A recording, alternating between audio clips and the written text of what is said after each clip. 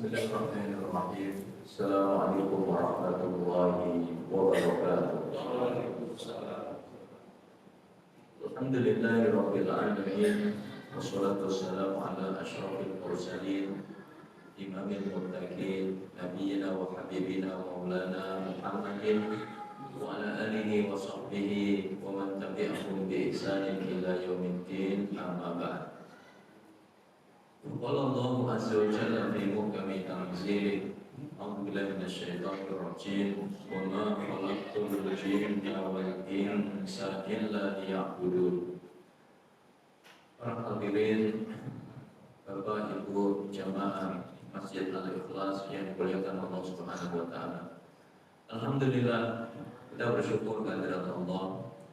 Kita dikumpulkan oleh Allah dalam nikmat yang begitu banyak, nikmat iman, Islam, nikmat duduk di majelis ilmu. Mudah-mudahan kenikmatan-kenikmatan ini Allah jaga hingga akhir hayat kita, dan kita semua menghadap Allah dalam keadaan husnul khatimah. Salawat dan salam tidak lupa kita aturkan kepada suri tauladan kita Rasulullah Muhammad sallallahu alaihi wasallam, pada keluarga, pada sahabat. Mudah-mudahan kita semuanya diistiqomahkan oleh Allah di atas sunnah-sunnah beliau hingga akhir hayat kita. Jamaah dimuliakan oleh Allah, tema pengajian malam hari ini adalah memelihara spirit ibadah kepada Allah Subhanahu wa taala. Tujuan daripada penciptaan manusia tidak lain tidak bukan adalah untuk beribadah kepada Allah. Maka Allah tegaskan ini dalam Al-Quran, yaitu di surat Al-Dhariyat ayat yang ke-56, wa ma khalaqtul jinna wal insa illa liya'budun. Tidaklah aku ciptakan jin dan manusia itu kecuali untuk beribadah kepadaku. Jadi kita diciptakan oleh Allah ini dalam rangka ibadah, dalam rangka supaya kita bisa sholat, kita bisa puasa, kita bisa berzikir kepada Allah, kita bisa berinfak, bersedekah, duduk di majelis ilmu. Inilah tujuan penciptaan manusia. Maka manusia nanti akan menyesal ketika menghadap Allah jika tidak maksimal di dalam ibadah-ibadahnya kepada Allah. Yang sholatnya kurang nanti akan menyesal, minta dikembalikan ke dunia untuk sekedar bisa sholat 2 rakaat. Yang puasanya kurang menyesal kepada Allah, minta kembali ke dunia untuk bisa berpuasa. Yang zikirnya kurang menyesal di hadapan Allah, minta kembali ke dunia supaya bisa berzikir. Yang infak sedekahnya kurang, nanti juga menyesal di hadapan Allah, minta dikembalikan ke dunia supaya bisa bersedekah. Maka di antara nama hari kiamat itu adalah Yaumul Hasrah, hari penyesalan. Kenapa? Hasrah ini adalah puncaknya penyesalan. Kalau sekedar an-nadam, menyesal, itu masih ada peluang untuk memperbaiki. Tapi tidak dengan hari kiamat. Peluang itu benar-benar ditutup oleh Allah. Hari itu tidak ada lagi kesempatan untuk beramal. Yang ada tinggal hisab. Maka manusia menyesal sejadi-jadinya. Maka di antara penyesalan itu Allah abadikan di surat As-Sajdah ayat yang ke-12. Walau tara idil mujrimuna nakisu ru'usihim inda rabbihim Rabbana absarna wa sami'na farji'na na'mal shalihan inna muqinun. Alangkah mengerikannya, kata Allah, jika kamu melihat orang-orang yang berdosa, wajah-wajah mereka tertunduk penuh penyesalan di hadapan Allah. Mereka mengadu, ya Allah, kami telah melihat kami telah mendengar seluruh kebenaran ayat-Mu, maka kembalikan kami ke dunia agar kami sempat beramal soleh. Kami yakin kalau dikembalikan ke dunia menjadi orang-orang yang beramal soleh. Makanya bersyukur ketika kita masih diberi kesempatan oleh Allah untuk mengukir amal-amal soleh, sholat jamaah, ngaji seperti malam hari ini. Mudah-mudahan ini semuanya kelak menyelamatkan kita dari penyesalan di hadapan Allah Subhanahu wa Ta'ala. Jemaah dimuliakan oleh Allah, bagaimana kita memelihara spirit ibadah kita kepada Allah? Pertama, yaitu dengan thalabul ilmi, dengan menuntut ilmu. Manusia hanya akan terpelihara spirit ibadahnya itu ketika faham ilmunya. Bapak, Ibu, kenapa akhir pekan seperti ini meluangkan waktu duduk di majelis ilmu? Padahal biasanya di akhir pekan itu orang sibuk wisata, maka macet di mana-mana. Orang sibuk wisata, sibuk kuliner, sibuk mancing.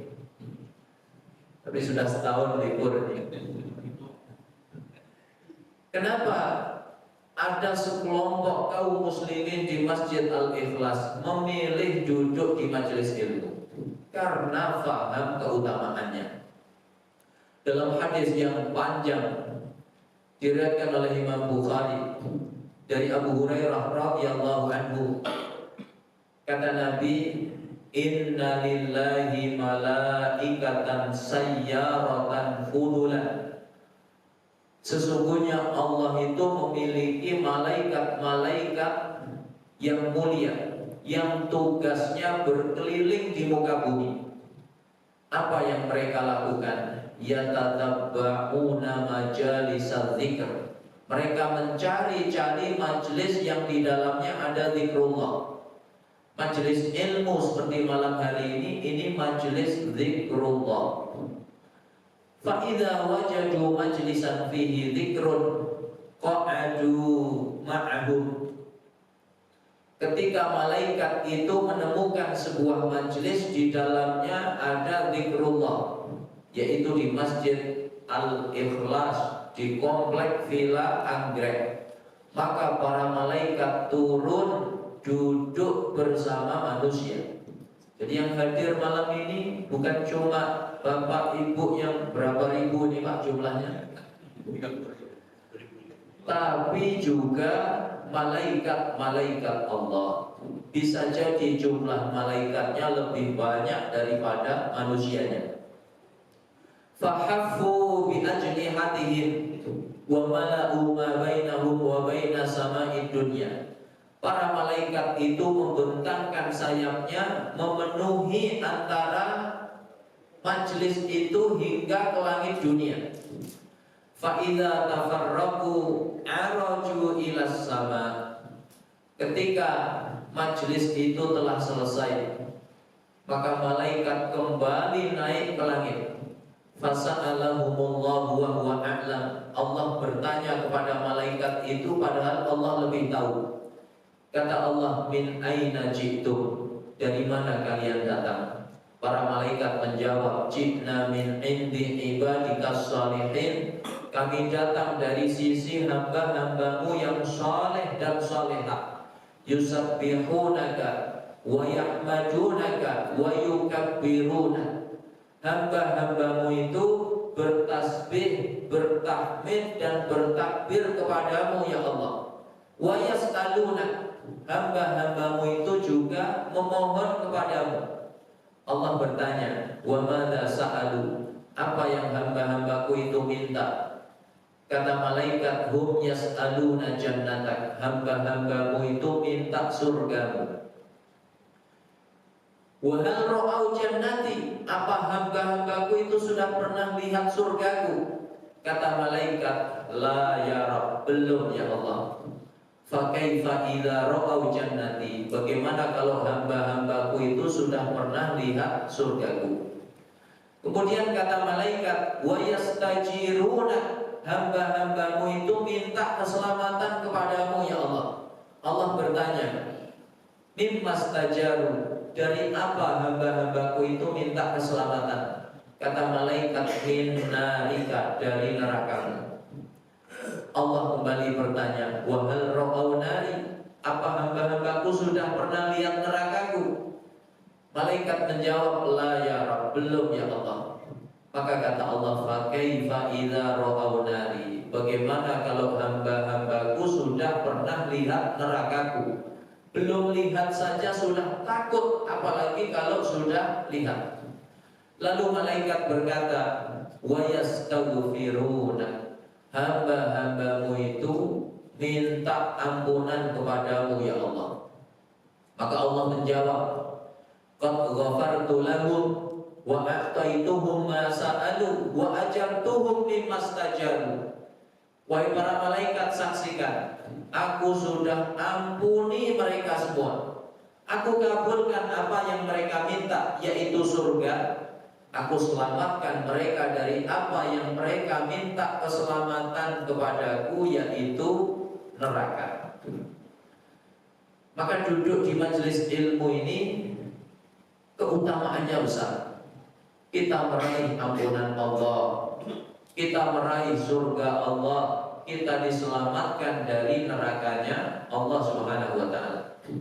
Bahkan di penghujung hadis itu disebutkan, malaikat kembali bertanya, ya Rabb, fihim unasun khatta marra bihim fajalasa. Ya Allah, di majlis itu ada orang yang dosanya banyak. Kalau banyak itu biasa apa luar biasa? Marra bihim fajalasa, dia melewati majelis itu lalu ikut duduk. Aslinya nggak pernah ngaji, dia nggak sengaja lewat. Itu apa, rame-rame di Masjid Al-Ikhlas, jangan-jangan bagi-bagi sembako. Maka dia ikut duduk. Begitu duduk, ternyata ini majelis ilmu.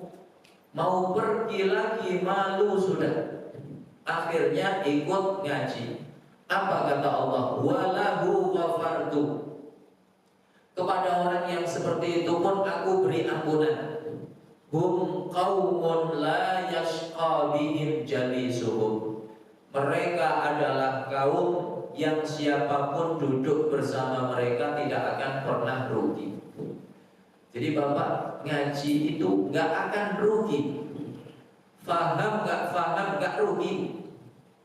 Ngantuk-ngantuk dikit nggak rugi. Yang penting jangan sampai tidur. Kalau tidur itu nular. Ya, kalau pojok kanan sudah mulai tidur, disusul pojok kiri.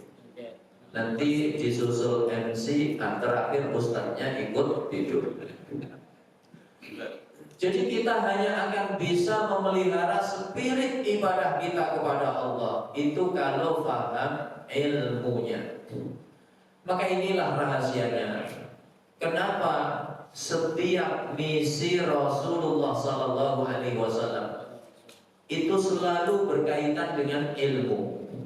Kata Allah di surat Al-Baqarah ayat 151, kama arsalna fikum rasulan minkum yatlu alaikum ayatina wa yuzakkikum wa yu'allimukumul kitaba wal hikmah wa yu'allimukum ma lam takunu ta'lamun.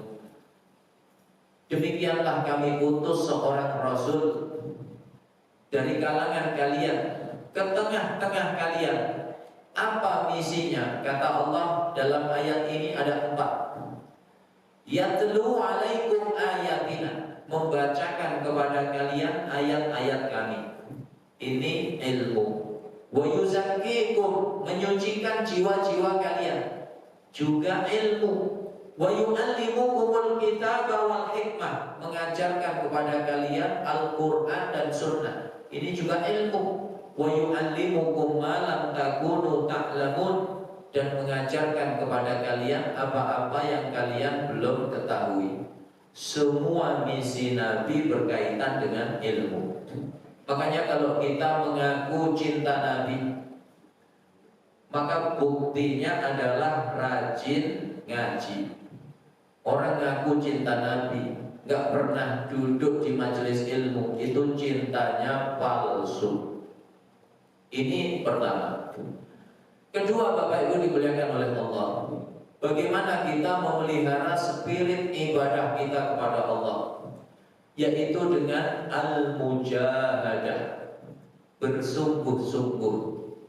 Segala bentuk ibadah kita kepada Allah itu hanya bisa kita pelihara kalau kita punya mujahadah, kesungguhan. Orang sholat berjamaah di masjid itu kalau nggak sungguh-sungguh nggak bisa dia jamaah di masjid. Apalagi sholat subuh, cuaca dingin, selimut terasa begitu nikmat, apalagi pengantin baru, apalagi malamnya begadang nonton bola. Itu bangun subuh ringan apa berat, Pak? Tapi dia mujahadah, dia angkat selimutnya, dia lawan rasa dinginnya, dia masuk kamar mandi, dia berwudu, lalu dia ganti baju, lalu berangkat ke masjid Al-Ikhlas. Ini namanya mujahadah. Demikian pula duduk di majelis ilmu, itu kalau enggak mujahadah enggak bisa. Begitu mau berangkat ditelepon kawannya, mumpung libur, ayo ketemuan. Di mana? Sumarekon. Jam berapa? Habis maghrib. Sudah saya pesan nasi kebuli. Nah, itu kira-kira ujian yang ringan atau ujian yang berat? Kalau nggak mujahadah, nggak jadi ngaji. Demikian pula infak sedekah.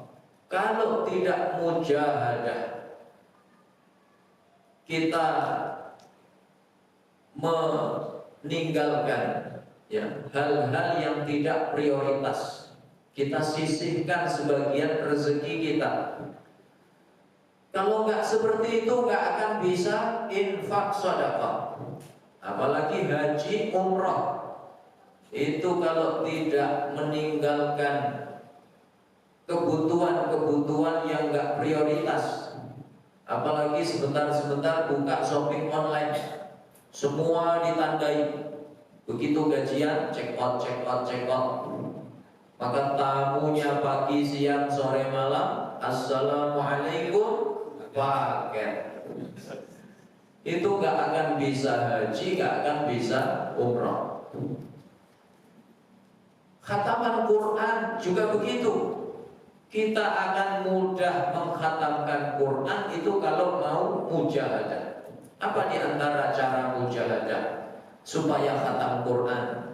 Matanya diistirahatkan dari hal-hal yang gak penting. Kalau orang mau khatam Quran, tapi sebelum buka mushaf, murajaah medsos dulu 2 jam, nonton film dulu 3 jam. Begitu buka mushaf, itu kira-kira kuat berapa halaman? Bisa 2 halaman, alhamdulillah. Ya. Maka kalau ingin khatam Quran harus mujahadah, matanya diistirahatkan dari hal-hal yang gak penting. Qiyamul Lail juga begitu. Bapak Ibu niat Qiyamul Lail, itu harus mujahadah. Tidurnya lebih awal, pasang alarm, pesan ke suami, pesan ke istri, pesan ke anak, kalau bangun lebih awal tolong dibangunkan, baru bisa Qiyamul Lail. Kalau orang niat Qiyamul Lail tapi sebelum tidur tenaganya dihabiskan dulu, futsal 2 jam, habis futsal mandi gak langsung tidur, murojaah dulu 3 jam, jam 1 malam baru tidur. Itu kira-kira bangunnya jam berapa, Pak? Bisa sholat subuh pada waktunya sudah alhamdulillah. Kebanyakan orang kalau tidur jam 1 bangunnya jam 8. Ya. Jadi harus mujahadah. Maka mereka yang dirahmati Allah itu yang mau mujahadah dalam rangka memelihara ibadahnya kepada Allah. Maka hadis tentang suami istri yang dirahmati Allah yang sering kita dengar, rahimallahu rajulan qama minal laili fasalla thumma ayqadha ahlahu fa in aba nadhaha bi wajhil ma. Semoga Allah merahmati seorang suami, dia bangun malam lalu dia sholat, lalu dia bangunkan istrinya. Begitu istrinya enggan untuk bangun, malas untuk bangun, apakah suaminya menyerah? Dia sholat sendiri? Tidak. Dia mujahadah, dia percikkan air ke wajah istrinya. Sebaliknya kata Nabi, wa rahimallahu ra'atan, semoga Allah merahmati seorang istri, qamat minal laili fasallat, dia bangun malam lalu dia sholat, thumma aiqadat ahlaha, lalu dia bangunkan suaminya, fa in aba nadhahat fi wajhil ma. Kalau suaminya malas untuk bangun, apalagi nonton timnas KO nggak lolos, maka malas untuk bangun, apa istrinya menyerah? Tidak. Nadhahat fi wajhil ma, istri memercikkan air ke wajah suaminya. Maka suami istri yang dirahmati Allah itu yang saling mujahadah dalam rangka memelihara ibadah mereka kepada Allah Subhanahu wa taala.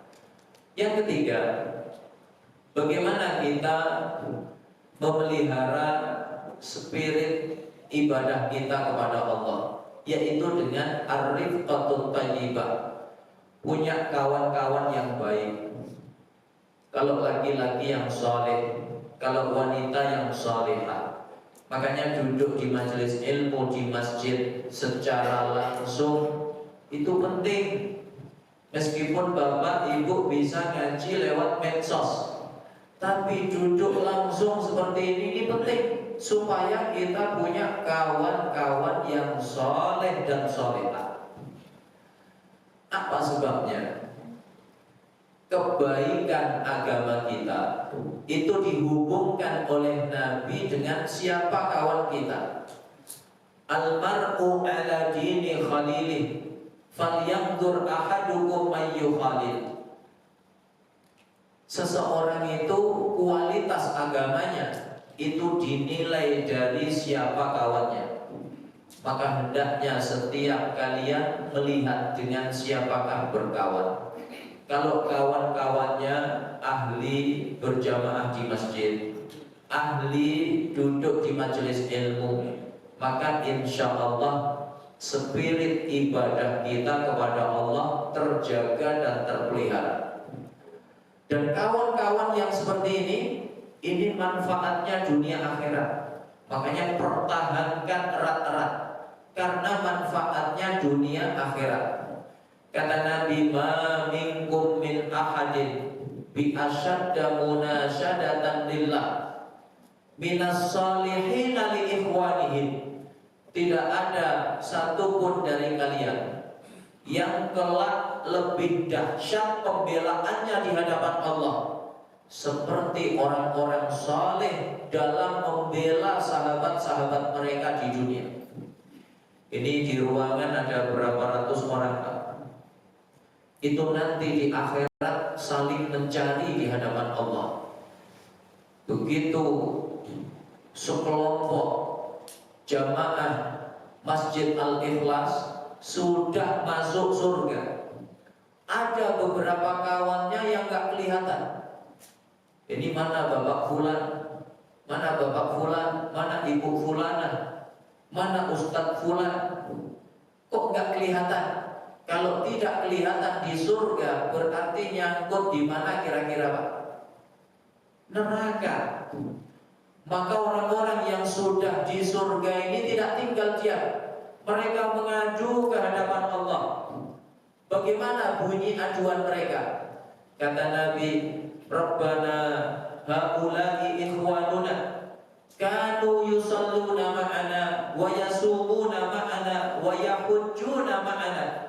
Ya Allah, mana sahabat-sahabat kami?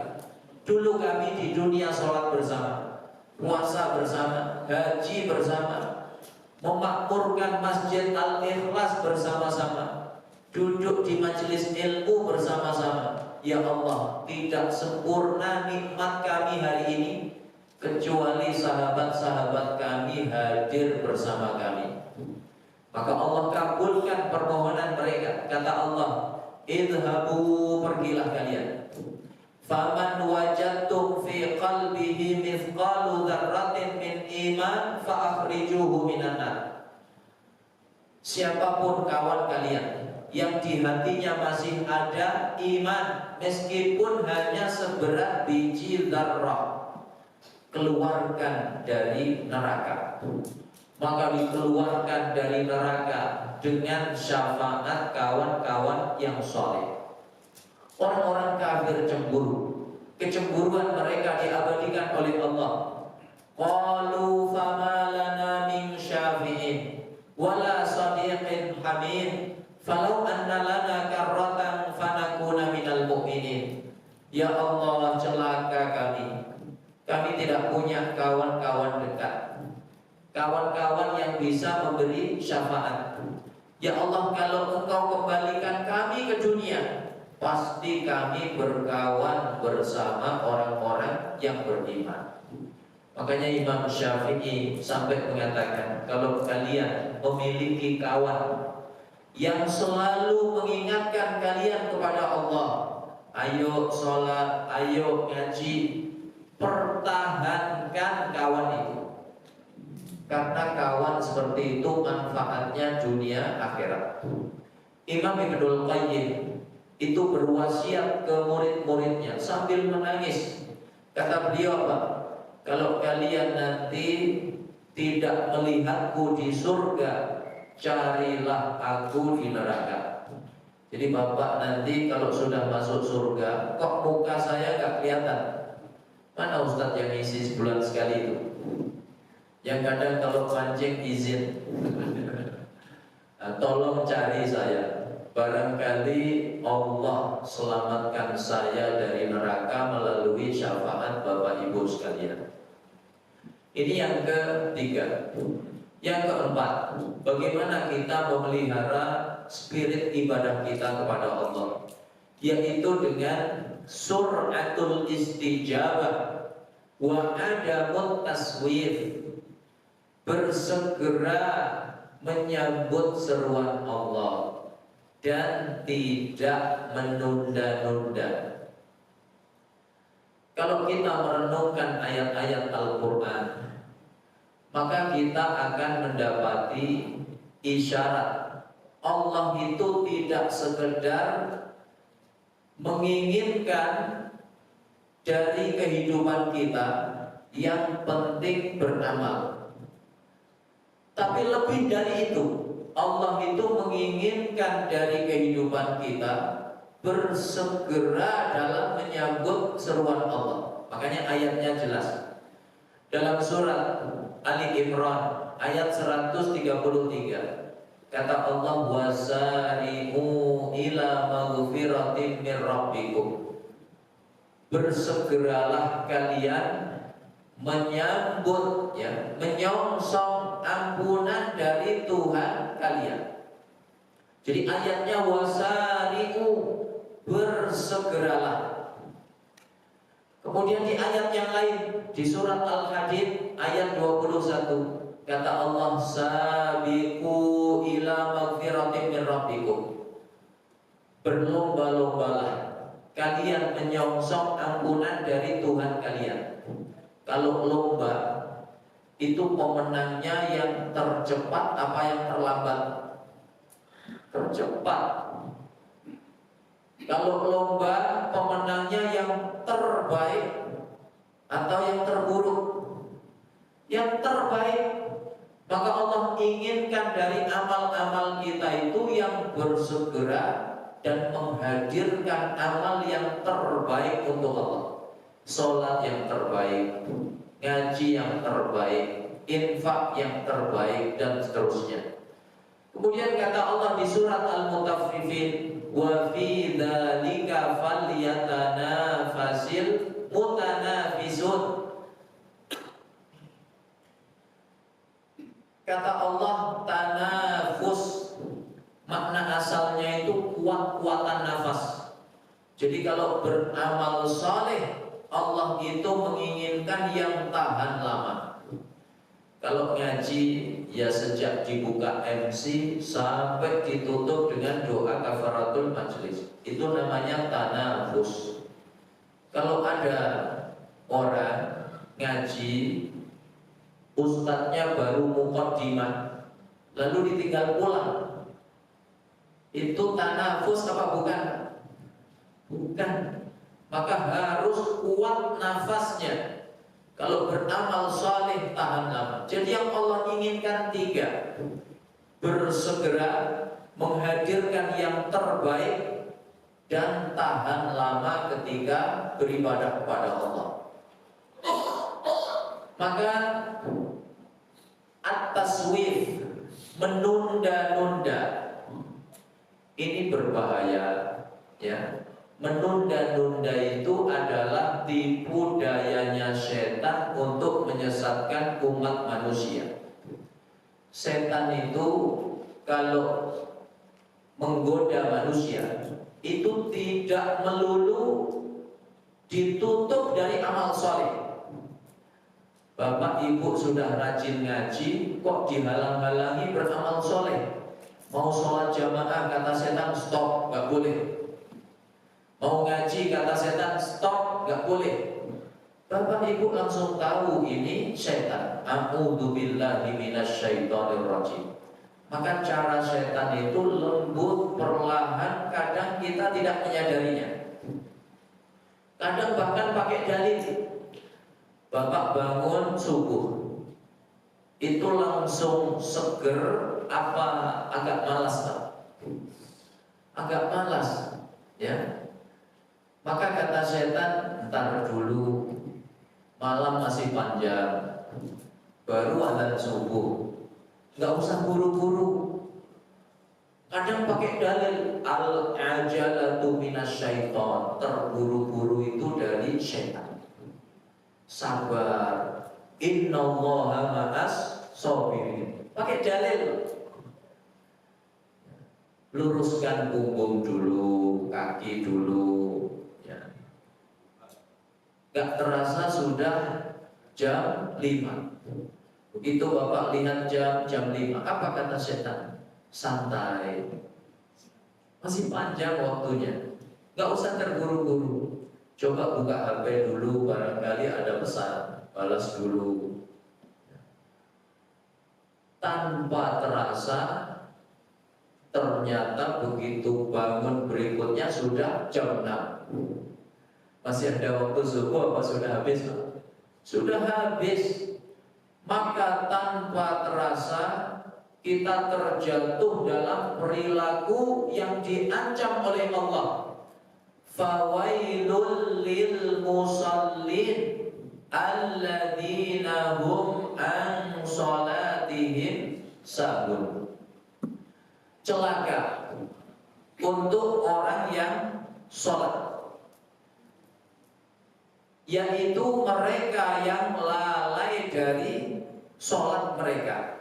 Maka dalam tafsirnya dijelaskan, ya, dalam tafsirnya dijelaskan apa maksud alladzina hum an sholatihim sahun, yaitu alladzina yuakhiruna sholata an waqtiha, orang yang mengakhirkan sholat sampai habis waktunya. Dia masih sholat, tapi waktunya sudah habis, maka diancam fawailul lil musallin. Wail, kalau kita baca terjemahannya itu sekedar celaka, tapi kalau kita baca tafsirnya itu adalah jurang di dasar neraka jahanam. Kalau langit bumi beserta isinya dimasukkan ke dalamnya itu masih muat. Itu yang Allah ancamkan. Ngeri apa tidak? Ngeri sekali. Di antara sisi mengerikannya neraka, yaitu dari aspek kedalamannya. Satu ketika Nabi duduk bersama para sahabat, maka terdengar suara yang keras. Sahabat semua mendengar. Mereka kaget, lalu bertanya, "Ya Rasulullah, itu suara apa?" Kata Nabi, "Itulah batu sebesar gunung dilempar dari atas neraka Jahannam 70 tahun yang lalu. Tadi baru mencapai dasarnya." Jadi untuk sampai dasarnya butuh waktu berapa Pak?